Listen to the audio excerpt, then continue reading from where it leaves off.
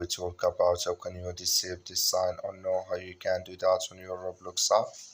All you have to do in the first, so you just go down here, click on more down here. When you click here on more, so then it's going to take you to this list. It's going to show for you like this. Then you just scrolling down here until you will find here settings. Click on settings. Then it's going to take you to this list here. Just click here on notifications.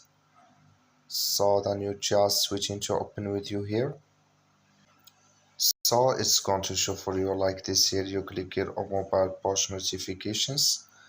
Then you just switch, you scrolling down here until you will find here friend request accepted. Click in this sign or this color. Like you see, color is gone. That means it's disabled with us now. That's all you have to do. Thank you for watching. Don't forget to support us by liking, subscribe.